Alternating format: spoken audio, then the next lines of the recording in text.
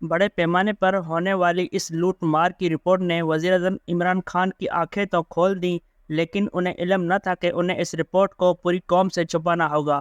अगर उनके अपने लाडले वज़ीर पावर सेक्टर में इस डाके में शामिल ना होते, तो वो टीवी पर घंटों बैठकर कौम को तफसील से बताते कि शरीफों की हुकूमत में चीनी कंपनियों के साथ मिलकर क्या तबाही मचाई गई। सबसे बड़ा इंकशाफ तो ये था कि शरीफों के दो करीबी अजीज़ों ने साहिवाल और कराची में कोयला प्लांट्स लगाने में बड़ा करतब दिखाया और अपनी नस्लें संवार लीं। आने वाले बरसों में जिस तरह का टैरिफ उन्हें नेपरा ने दिया, इसके सामने कारून का खजाना भी कुछ हैसियत नहीं रखता। लेकिन इमरान खान के अपने डोनर्स भी इस खेल में शामिल थे, जिनकी पावर कंपनियों को फ़ायदे मिले। खसरो बख्तियार हों या नदीम बाबर चौधरी साहिबान या रज़ाक दाऊद, सब ने इस बहती गंगा में हाथ धोए और इसमें दो ब्यूरोक्रेट्स ने बड़ा अहम किरदार अदा किया, जिन्होंने नेपरा में अपना ऐसा बंधा लगाया जिसके ज़रिए वो मर्जी का टैरिफ लेकर निकल गए। सरकारी बाबू ने महज अपनी पोस्टिंग और अहदे के चक्कर में कौम को गिरवी रख दिया, जिसका खमेजा कौम ने आने वाले सालों में भुगतना था। अब वही हो रहा है। पिछले माह के बिलों ने आवाम की चीखें निकलवा दी हैं, क्योंकि फ़ी यूनिट बिजली की कीमत 60 रुपये तक जा पहुंची है। बताया जा रहा है कि ये कीमत अक्टूबर में मज़ीद बढ़ जाएगी। सेक्रेटरी पावर डिवीज़न राशिद लंगरियाल ने कुछ दिन पहले सहाफ़ियों को जो ब्रीफिंग दी थी कि बिजली के बिल्स क्यों ज़्यादा आए हैं, इसमें वो हंसते हंसते ये भी कह गए कि अभी तो अक्टूबर का महीना आना है और बिल मज़ीद ऊपर जा सकते हैं। इमरान खान को भी वैसी ही सूरत-हाल का सामना था जैसे 2015 में नवाज शरीफ दौर में सामने आई थी, जब बिजली के प्लांट्स लगाने पर हुकूमत के वजीर एक दूसरे से लड़ रहे थे। इस लड़ाई में ख्वाजा आसिफ, शहबाज शरीफ और फिर एहसन इकबाल भी कूद पड़े और एक दूसरे को खूब सुनाई। ख्वाजा आसिफ 2 साल से अपने ऊपर दबाव के बावजूद खामोश थे कि उनकी वजारत को 5-6 लोग मिलकर चला रहे थे और वो बेबसी से सब कुछ देखने पर मजबूर थे।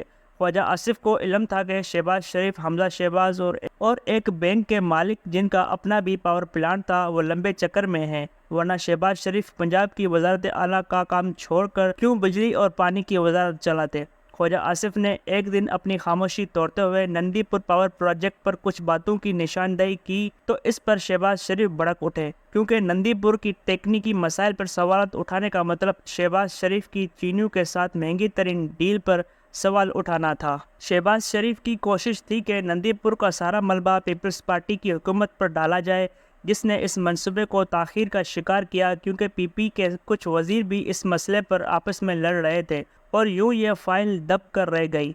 पीपी दौर में इस वक्त के बिजली व पानी के वजीर चाहते थे कि इस प्रोजेक्ट की PC-1 जो बेज़ाब्तियाँ हैं उन्हें वज़ारत कानून क्लियर करके क्लीन चिट दे दे, ताकि वो 22 अरब रुपए का माहिदा कर लें। लेकिन वज़ीर कानून बाबर एवान का मौक़िफ़ था कि वो क्यों अपना सर इस स्कैंडल में फंसाएं। गलतियां वज़ारत बिजली व पानी की थी और मलबा सारा वज़ारत कानून पर गिरेगा।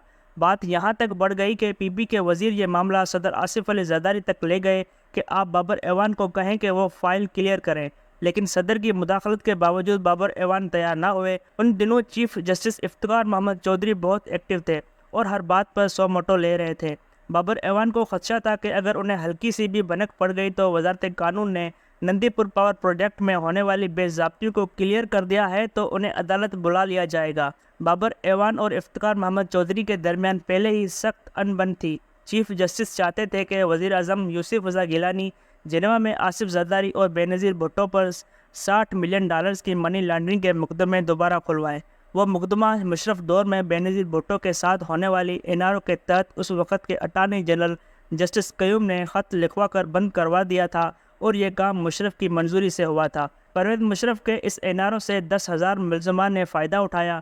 सबसे ज़्यादा फ़ायदा MQM को हुआ, जिसके कराची में हज़ारों वर्कर्स जो मुख्तलिफ जुराइम में कैद थे को रिहा किया गया। और अगर किसी को माली तौर पर इस NRO से सबसे बड़ा फ़ायदा हुआ था तो वो आसिफ अली ज़रदारी और बेनज़ीर भुट्टो थे। आसिफ ज़रदारी के वो $60 मिलियन बचाने की ज़िम्मेदारी अब यूसुफ रज़ा गिलानी और बाबर एवान पर थी और वो दोनों इस वक्त आसिफ ज़रदारी के लिए in the line of fire थे। ज़रदारी साहब भी इन दोनों को वज़ीर आज़म और वज़ीर कानून बनाने का पूरा सिला दे रहे थे और वही हुआ। आसिफ ज़रदारी को बचाते बचाते गिलानी न सिर्फ घर गए बल्कि 5 साल के लिए नाअहल भी हो गए।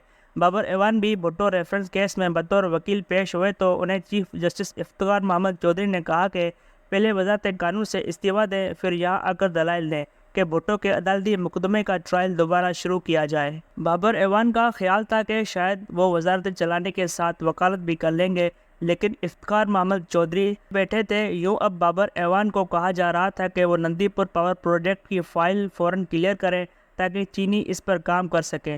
بابر ایوان کو شک تھا کہ اس ڈیل میں پی پی کے کچھ وزیر تگڑا پیسہ بنانا چاہتے ہیں، کیونکہ کچھ عرصہ پہلے نندی پور پاور پروجیکٹ کا تخمینہ 12 ارب روپے لگایا گیا تھا اور اب اسے 12 سے 22 ارب روپے کر دیا گیا۔ یہ تو نہیں ہو سکتا تھا کہ وزیر یا بیوروکریٹ 12 سے 22 ارب کا پروجیکٹ کر دیں اور اپنی چونچیں گیلی نہ کریں۔